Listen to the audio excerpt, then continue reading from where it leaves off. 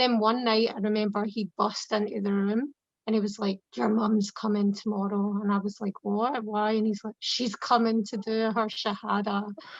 And I was just, wow, like I just cried so hard. Assalamu alaikum, guys. I am joined with Aisha today, the Scottish Revert Teacher. She is amazing. Make sure you check out her channel. I'll try and link it somewhere, but I'm not very good at this. So Aisha and Aisha, we're both today talking about how she became Muslim, and also something really interesting that she did once she became Muslim that I'm looking forward to you guys finding out about. I actually saw your videos before I became Muslim, alhamdulillah. No way. I Fab. did. I even knew you before I went on this journey. So Wow, mashallah. That's an honor. I remember when you messaged me on Instagram and I was with my husband and I was like, oh, look, the Scottish Revert Teacher messaged me. I used to like watch her videos before I became Muslim, and we were like having this little moment where we were discussing, and I thought it was so cool because I wasn't even Muslim when I first started watching your videos, and I thought it was so cool that you messaged me. But no, that's an honor. Thank you. So the main topic, how did you become Muslim? So I've been Muslim about 16 years now, almost. So I had a small group of non-Muslim friends, and I had some non-practicing Muslim friends. And one night we had arranged to go out, all of us together. And the non-practicing Muslim friends had family visiting them from England. And we, had plans. When we met them, they were just the most amazing people, really, really nice, humble, funny though, like kind of stole the room as well. It was like kind of unique. I had never met anybody like them before. And we spoke, we got to know each other a little bit, but then when it was time to go out, we asked them to come with us and they refused. The place we would have been going would have had alcohol and would have been playing music. So we asked them why, and they were like, "Oh, we're Muslim." We were like, "Yeah, your cousins are Muslim and they're coming with us. So, like, what's the issue?" Because we didn't know anything, we were ignorant. And they were like, no, we're practicing Muslims. Like we don't do that. So we ended up not going out because we really wanted to spend time with these people because they were really great. And what it did is it kind of opened up a line of communication between me and one other non-Muslim friend. And to be honest with you, she kind of led the interrogation. So she interrogated them like why, and kind of brought out all the things, the stereotypical things that we knew. And I asked a few questions, but I did a lot of listening. Anything I wanted to ask, my friend kind of asked anyway. So I did a lot of listening. It was amazing, some of the things that they were saying, and probably spoke for about 4 or 5 hours. It just really kind of became the event of the evening. And yeah, that's kind of where it started. After that, I did me and that friend, we did some self-studying. At that time, it was really, really difficult to get resources and stuff because there was no, social media. Really challenging, but we ended up getting a whole bunch of Sheikh Khalid Yassin's videotapes, and we just junked on them, and we had, some little resources here and there, and we just were blown away with the amount of information we got, like really deep and tough life questions answered like that, like they were nothing. We were like pondering for years, why this, what's the purpose of life, why are we here? And then just like that, they were answered. So it really stole our attention, and yeah, we ended up reverting. The two of us reverted together, actually. We said our shahada on the same day, and we are both still connected. We're both still friends. So yeah. Whoa, mashallah. That is amazing. That is such an amazing story.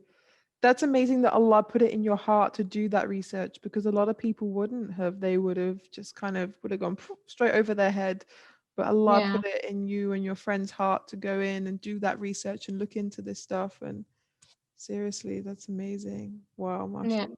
Oh, alhamdulillah. So, through listening to these lectures and stuff, what were the main things that drew you towards the Deen? I know you said having your questions answered, but were there other things that kind of drew you towards Islam? Was like, oh, this is the religion for me, I believe. What were the main things? When it comes to Tawheed and the oneness of God, I think that really attracted my attention. Initially, I was like, right, okay, someone's going to try and explain this higher entity. Okay, go for it. But it just made so much sense, and it brought so much comfort, especially when it came to the attributes. You know, it gave you confidence, hope, reassurance, you know, because, you know, you have um, that he's the provider and the protector, so you feel reassured and comforted. Um, the fact that he's the all-knowing and the judge, that as well gave you hope that whatever injustice you face in life, you Mhm. know, Allah will make sure that justice prevails. So all these kind of things just really humbled me. That is great. That is amazing. Seriously. Okay, this is the main one. So, Okay. the thing that I find the most interesting about your story, there's a lot of amazing, interesting things in your story, but this is the most because I have a mum that is non-Muslim. So your mum became Muslim. I know it wasn't straight away, but your mum became Muslim. Yeah. Can you tell me Yeah. about that? That's incredible. You know what's so funny, sister, is people would say to me, like my ex-husband's dad, he would say to me, oh, your mum is going to become Muslim. And I was just like, nah, I don't think so. You know, obviously we hope so. Obviously we hope for the best, but Yeah.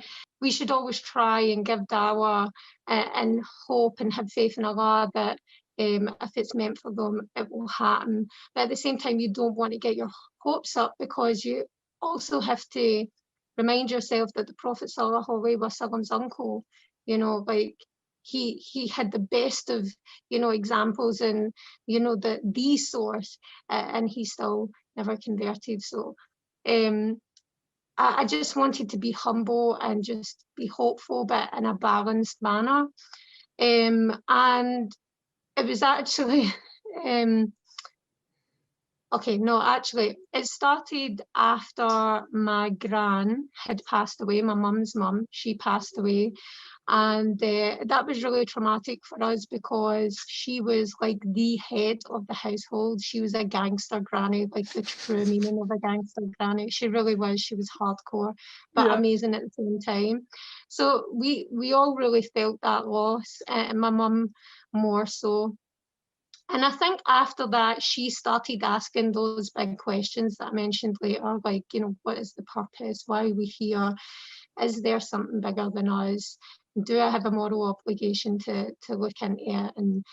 And she never actually approached me with it. And, you know, I think it was smart on her part, but she was actually having secret conversations with my ex-husband, to the point where she would phone some days and she'd just be like, put Adam on the phone.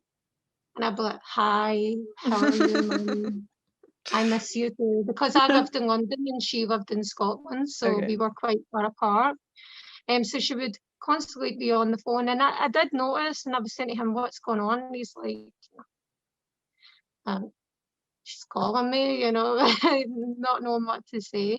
Then one night, I remember he bust into the room and he was like, your mum's coming tomorrow. And I was like, what? Why? And he's like, she's coming to do her shahada. And I was just, wow, like I just cried so hard. I just couldn't believe it. And I'm not a crier, you know, so I cry for meaningful things. I don't just cry for anything. So the fact that it was the only thing I could do, I just couldn't believe it. and she's nuts now. You know, she's been Muslim 9 years. She has her own little clique, and she does her own kind of study. And you know, I still don't think I'll ever get used to her salams or her terrible hijab attempt. Sorry, mum, but you know, she's. But do you know what? It's really nice being able to say, Mum, have you got a hijab pin? Like, I've lost the hijab pin. Do you have any? Like, it's just the little things, all of these like kind of little things will, you know, just yeah, alhamdulillah, truly grateful for. Wow, that is incredible. It must be weird, like speaking to her on the phone and she's like, Assalamu alaikum, and you're like, alaikum assalam, mum. Like, it must be such Yeah. a weird feeling. No, So, it's really nice. Even just when she's like, oh, okay, no, I've got to go. The salah's right now. Hurry up, go get yours done. Stuff like that. It's just like, alhamdulillah. mashallah. Yeah, I mean, people who are born into Muslim families, they wouldn't realize how amazing it is. But like for us as converts, this knowing that your mum is gonna go and pray and knowing that your mum's on the straight path it's yeah, it must be incredible. So thank you so much for coming on my laptop. This was awesome. I really enjoyed speaking with you. This is not the first time we spoke. We've spoken before, but it's the first time we Yeah, spoke and recorded it. So that was really good yeah, to do that. And alhamdulillah. inshallah, maybe you can come back again soon. But your story is amazing, seriously. Oh, no, no, thank you. Thank you. It's Allah, it's not me, trust me. It's Allah. It's Allah, exactly.